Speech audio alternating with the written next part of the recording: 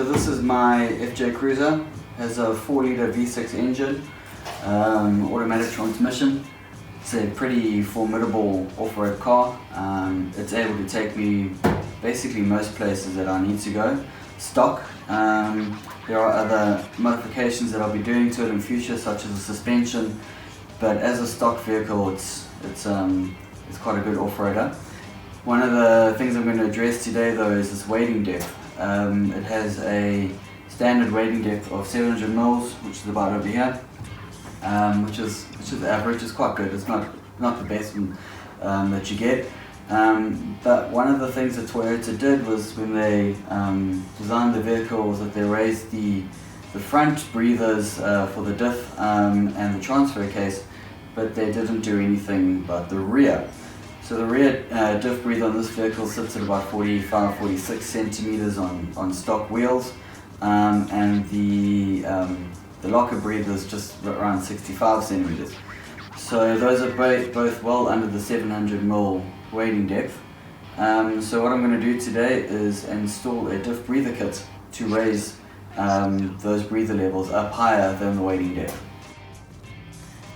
Okay, so if we looked at the back of the vehicle, I've done a very rough drawing here. You've got your wheels, your axle with your diff in the middle, and the diff has a breather mounted at the top here, and then your locker, which locks your differential, is situated quite close by, and its breather is there. The height from the diff breather to the front of the floor with standard wheel size is at 46 centimeters, and the locker breather is at 65 centimeters. If you do have larger wheels, obviously these do increase in height too. Regardless, the wading depth of the FJ Cruiser standard recommended wading depth is 700 millimeters. So even at 70 centimeters, both of these will be submerged under the water. So to remedy this, a simple breather can be set up that connects the diff breather to the locker breather with a T-piece, and then those get run via a new clean hose to the fuel cap, which is mounted at a meter off the ground, so well clear of the water at a 700 wading depth. If you go higher than a meter, well, to be honest, getting water into your diff is the least of your concerns. You're going to have bigger problems at a meter in the water. So it's not a very difficult thing to do. What we do is we just remove this diff breather here. We get the T-piece and we remove the locker breather. We connect them together via a T-piece.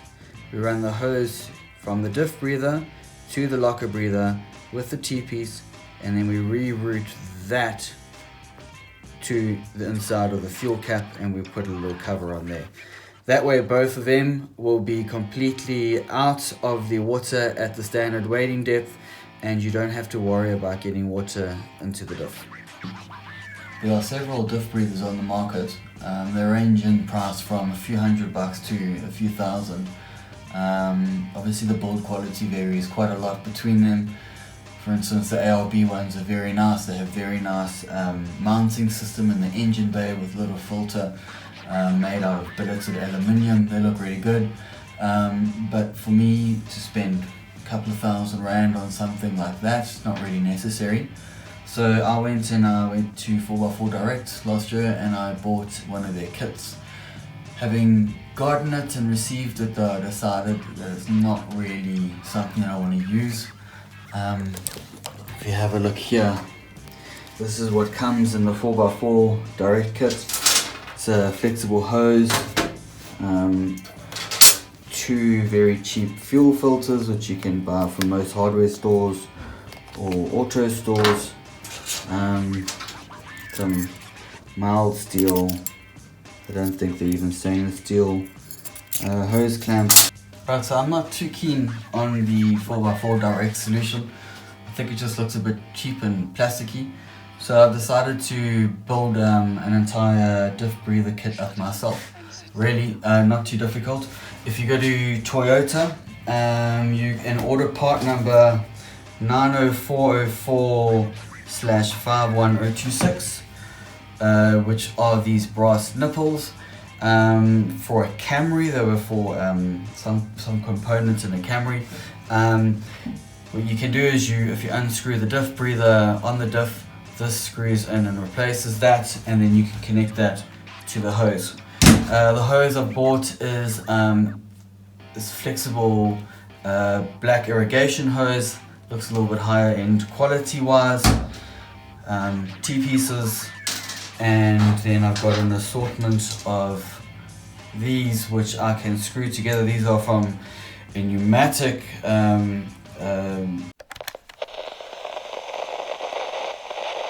so there's the diff breather, and here is the locker breather. So they're quite close to each other, and this is where I'm going to fit the T-piece. It's important though, if you're removing the diff breather, to clean it out a bit beforehand, because it's got oil that's leaked out and grit that's collected there. So you want to clean that off so when you remove it, nothing falls down into the diff.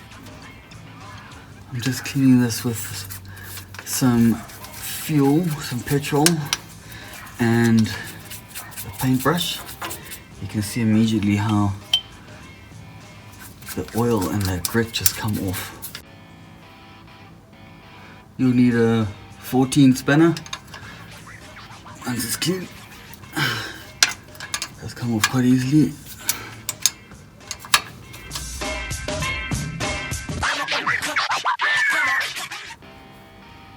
I'm going to do one last clean because there's more grit underneath there that I wasn't able to get to earlier.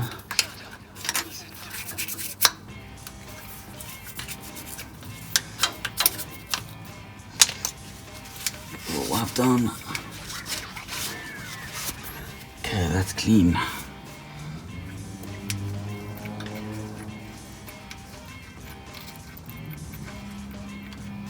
Okay, it screws off nice and actually looks like it's in good condition still. And the new one.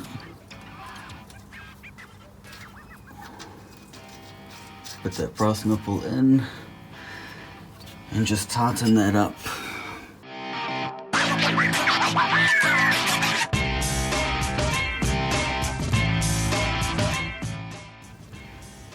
The brass nipple, it creates quite a tight fit onto this line here.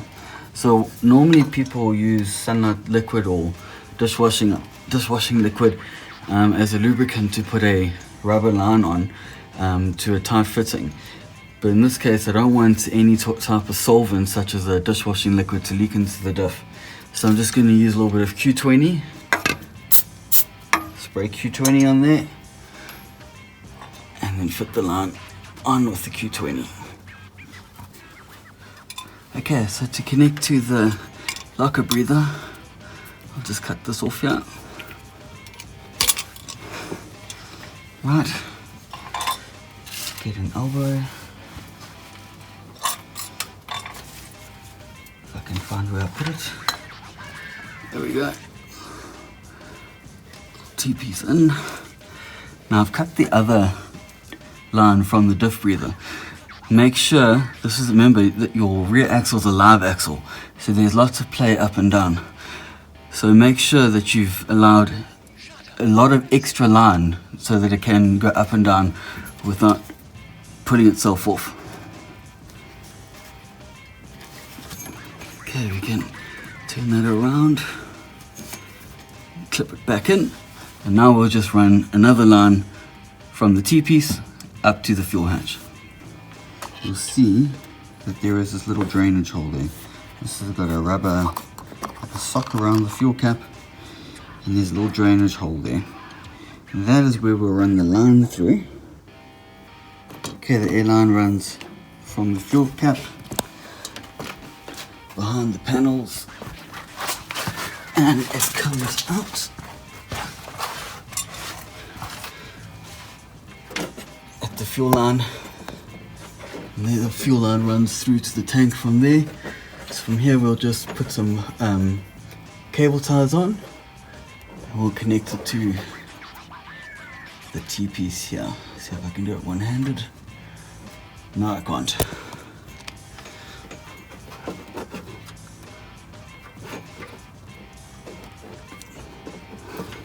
Right. Now I just neaten that up. Lastly, what I'll do is I'll take the breather that was on the locker, connect that to the hose. And that just clips behind the fuel cap. Sits there nice, neatly out of the way. And because this is a one-way valve, if this does ever overflow when they're filling the tank, fuel won't go down that line. In summary, diff breather. If you replace the diff breather with a brass nipple, you run a new hose with plenty of play for the live axle to the locker breather, connect the two with a T-piece, run another new hose along the fuel breather line. Here's a fuel line, there's a fuel breather line, and then that goes up to the fuel hatch. Really such a simple mod that it took me maximum 2 hours. Better yet, it probably cost me a couple of $100, which is nothing really. And it just gives me that peace of mind knowing that when I'm out there and I'm doing a water crossing, that I'm not sucking anything into my diff. So if you enjoyed the video, please consider subscribing to the channel. We appreciate the support. And also comment if you guys have any advice or any suggestions. Drop a comment below.